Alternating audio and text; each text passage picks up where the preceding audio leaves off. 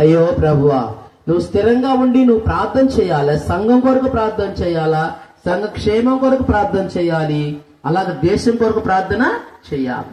ఎంతమంది భక్తులు మన దేశానికి ఈ యొక్క విలియం కేరీ అనే భక్తుడు, విలియం కేరీ, ఈ బైబిల్ మన చేతిలో ఉందంటే చెప్పులు గుట్టుకునేటువంటి ఒక మిషనరీ అమెరికా దేశంలో విలియం కేరీ. ఆయన దేవుని ఆత్మచేత ప్రేరేపించబడి మన దేశానికి వచ్చి ఎన్నో కష్టాలు పడ్డాడు. ఎలాంటి విశ్వాసం అంటే ఈ బైబిల్ ప్రింట్ చేసింది, అనేక భాషల్లోకి తర్జుమా చేసింది విలియం కేరీ. దేవుని స్తోత్రం చెప్పండి. హల్లెలూయా. ఎంత గొప్ప త్యాగం చేశారు ఆ భక్తులు. ఆయన ప్రింటింగ్ చేస్తున్నప్పుడు ఆ యొక్క బైబిల్ని ఆ కాలు కూడా మిషన్ లో పడిపోయింది. కాలు అంత మటుకి కట్ అయిపోయింది. ఇది నువ్వు నేనైతే ప్రభువా నీ పని చేస్తున్నాం కదా, నీ పని చేస్తుంటే ఈ కష్టాలు ఏందని చెప్పేసి మనము వెనకడుగేస్తాం. ఆయన కుమారుడు చనిపోయాడు, తన భార్యకి పిచ్చి పట్టింది, తన యొక్క కాలు మిషనరీ ఆ బడి దానిలో కాలు పోగొట్టుకున్నాడు, ఎన్నో నష్టాలు తన జీవితంలో చూశాడు. అయినా కూడా తన విశ్వాసాన్ని ఆయన విడిచిపెట్టలేదు. యేసయ్యను ఎంతగానో ఆయన ప్రేమించాడు, ఆయన కోసం ప్రాణం కూడా పెట్టాడు. ఎలాంటి గొప్ప గొప్ప మిషనరీలు మనం చూస్తున్నాము. మనం ఏమైనా చేస్తున్నామా ఆయన పని? కాబట్టి మనము ఆయన పని చేసే బిడ్డలంగా ఉండాలంటే ఆయన విశ్వాసం ఉంచాలి, ఆయన మనం ప్రేమించే వారముగా మనము ఉండాలి. ఒక పాట పాడదాం చూడండి. నీ ప్రేమ ఎంతో మధురము, నీ ప్రేమ. అందరూ చప్పట్లు కొడుతూ పాడండి. నీ ప్రేమ ఎంతో ఎంతో మధురం, యేసు నీ ప్రేమ ఎంతో ఎంతో మధురం. యేసయ్యా యేసయ్యా యేసయ్యా యేసయ్యా యేసయ్యా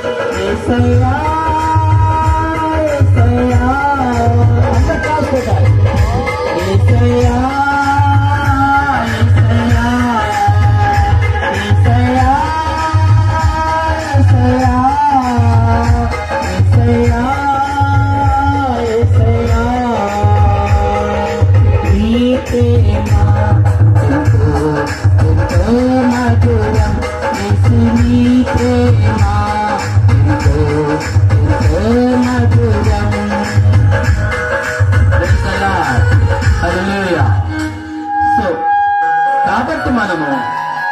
దేవుని యొక్క వాక్యంలో మనం ఏం నేర్చుకుంటామంటే, దేవుడిచ్చేటువంటి బహుమానాలు ఎవరు పొందుకుంటారు? మొట్టమొదట తరగతిలో విశ్వాసులు.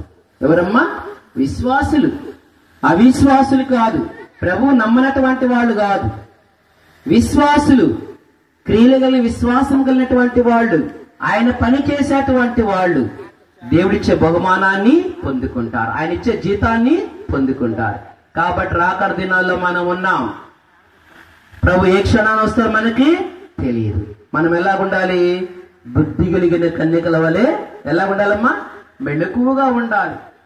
బుద్ధి లేని కన్యకలు ఏం చేస్తున్నారు? నిదానంగా వస్తున్నారు ప్రార్థనకి. ఉదయకాలం ఎంతమంది వచ్చారు, ఇప్పుడెంత మనకు కావాలి ఎంతమంది ఉన్నారు చూడండి. అయ్యగారు కూడా ఇందాక స్త్రీలు వచ్చారు, మరి పురుషులేరి? వాళ్ళు పరలోకానికి వెళ్ళొద్దా? మన ప్రయాసేది? నువ్వు ప్రార్థన చేసినప్పుడు విశ్వాసంతో నీ యొక్క కుటుంబం కొరకు, నీ బిడ్డల కొరకు, సంఘం కొరకు ప్రార్థన చేసినప్పుడు దేవుడు ఉజ్జీవాన్ని పంపిస్తాడు. మనం ఎలాగుంటున్నాము? మన ప్రార్థన సరిగా లేదు, మన విశ్వాసం సరిగా లేదు.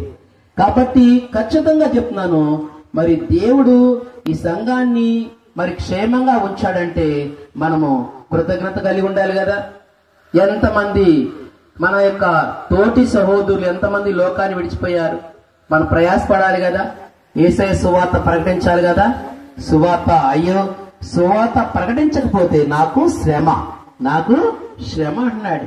ప్రకటిస్తే ప్రభు ఏం చేస్తాడు? జీతం ఇస్తాడు. ఏమిస్తాడమ్మా? జీతం ఇస్తాడు. ధైర్యంగా ప్రకటించండి, గొప్ప బహుమానం నేను మీకు ఇస్తానని వాక్యంలో ఉన్నది. కాబట్టి మనము విశ్వాసంగా ఉంటే సరిపోదు, కానీ ఆయన పనిచేసేటువంటి క్రియలు గల విశ్వాసం మనము చూపించుదాం. అప్పుడు దేవుడు గొప్ప బహుమానం మనకి అనుగ్రహిస్తాడు. తర్వాత దేవుడిచ్చేటువంటి బహుమానాన్ని ఎవరు పొందుకుంటారు? నీతిమంతులు. ఎవరమ్మా?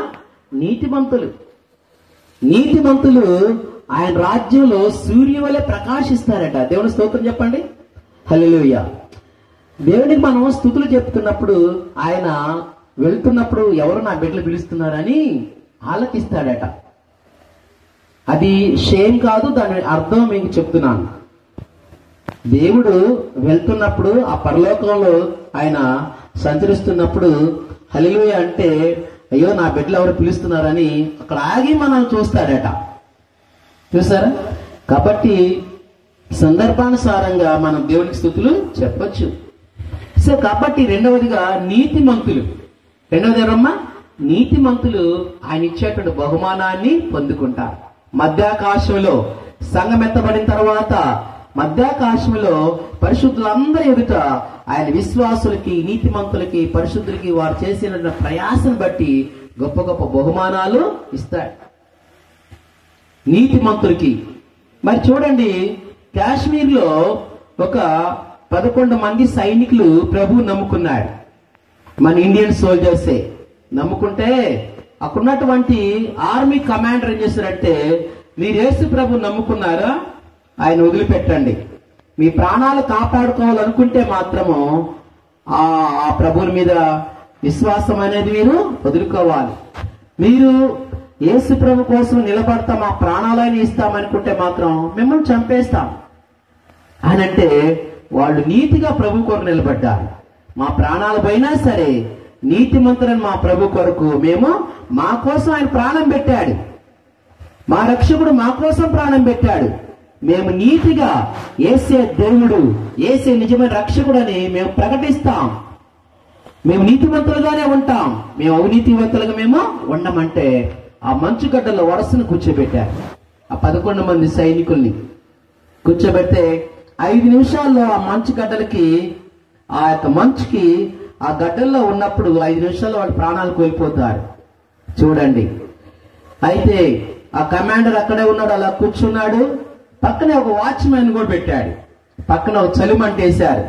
ఆ 11 మందిని 11 గుంటల్లో కూర్చోబెట్టారు. కూర్చోబెట్టి, యేసు ప్రభు మాకు అవసరం లేదు, నీతిమంతుడు యేసు ప్రభు మాకు అవసరమో లేదు, ఆయన మాకు అవసరం లేదు అనుకుంటే మీరు వచ్చి ఆ చలిమంట దగ్గర కాసుకోవచ్చు, మీ ప్రాణాలు కాపాడుకోవచ్చు. యేసు ప్రభువే మాకు కావాలంటే 5 నిమిషాల్లో చనిపోతారు. అని ముందుగానే సీరియస్ గా వార్నింగ్ ఇచ్చాడు కమాండర్. కూర్చోబెట్టారు 11 మందిని. ఒక్కొక్కడు 5 నిమిషాల్లో చనిపోతున్నాడు. ఒక్కొక్క సైనికుడు 5 నిమిషాల్లో చనిపోతున్నాడు. అప్పుడు ఆ కమాండర్ పక్కన వాచ్మ్యాన్ దేవుడు ఆయన యొక్క మనోనేత్రాలు తెరిచాడు. తెరవగానే ఆయన అలా చూస్తా ఉంటే పైనుంచి దేవుని దూత చూడండి వారి యొక్క తల మీద ఒక బంగారు కిరీటము పెడతా ఉన్నది. అది చూస్తున్నాడు ఆ యొక్క వాచ్మ్యాన్. చూస్తా ఉంటే 1, 2, 3, 4, 5 అలాగా 7, 8, 9, 10 వరకు వచ్చారు. 10 మంది దేవదూతలు 10 కిరీటాలు పెట్టున్నాయి. 11వ దేవదూత వచ్చేసి ఆయన మీద ఆ యొక్క బంగారు కిరీటము నీతి కిరీటం పెట్టబోయేటప్పుడు వాడేమన్నాడంటే, నాకు యేసుప్రభు అవసరం లేదు, నాకు యేసుప్రభు అవసరం లేదు అంటే, అప్పుడు కమాండర్ అన్నాడు, రే మీరు వెళ్ళి ఆ 11వ పట్టరండి అని అన్నాడు. ఈ వాచ్మెన్ అన్నాడు, నాకు యేసుప్రభు కావాలన్నాడు. ఏమన్నాడు? నాకు యేసుప్రభు కావాలన్నాడు.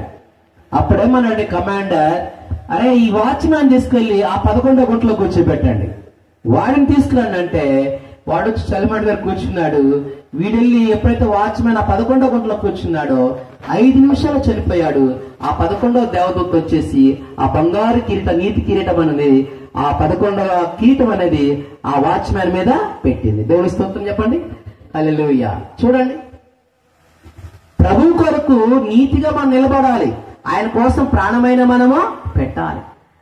చూడండి, నీతిమంతుని నాలుక.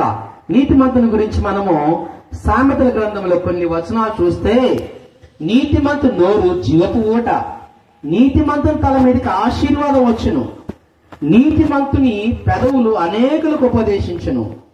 చూడండి, ఇంకా నీతిమంతుని మరణము నీతి మరణం నుండి రక్షించును, నీతిమంతులు భూమి మీద ప్రతిఫలము పొందుదురు. కాబట్టి నీతిమంతుని తల మీదకి ఆశీర్వాదం వచ్చు. ఎన్నో ఆశీర్వాదాలు నీతిమంతుని గురించి సామెతల గ్రంథం 11వ అధ్యాయంలో ఉన్నాయి.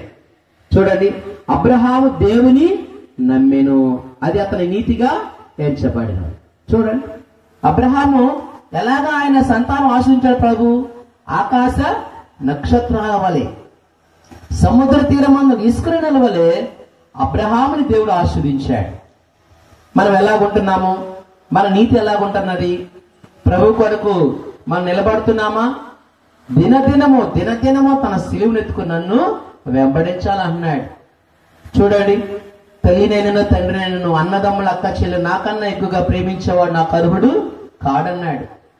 నీతిగా ఒకసారి సాధు సుందర్ సింగ్ అనేటువంటి భక్తుడు యేసు ప్రభు కోసం ఆయన తన జీవితం సమర్పించుకున్నాడు.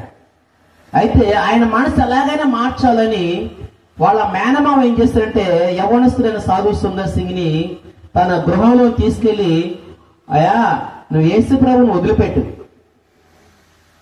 యేసు ప్రభుని వదిలిపెడితే నాకున్నటువంటి ఒకగానొక కుమార్తె నీకు ఇచ్చి వివాహము చేస్తా. చూడు నా దగ్గర ఎంత మరి ఆస్తిపాస్తులు ఉన్నాయో, బంగారము, మరి విలువైనటువంటి వజ్రాలు, మరి ఎంతో విస్తారమైనటువంటి పొలాలు, ఇవన్నీ ఉన్నాయని ఇంట్లో తీసుకెళ్లి ఆ కబ్బోర్డ్ ఓపెన్ చేసి లోపల ధనాగారాన్ని మొత్తం చూపెట్టాడట. కోట్ల కొలది ఆస్తి నేను నీకు ఇస్తాను, యేసు ప్రభువు నువ్వు వదిలిపెట్టు అంటే, అప్పుడు ఆ భక్తుడేమన్నాడు తెలుసా? నువ్వు నీ కుమార్తెను ఉంచుకో, నీ కోట్ల కొద్ది ఆస్తిని ఉంచుకో, నీ బంగారం ఉంచుకో, నీ పొలాలను ఉంచుకో, కానీ నాకు నా ప్రభువాని యేసే కావాలా.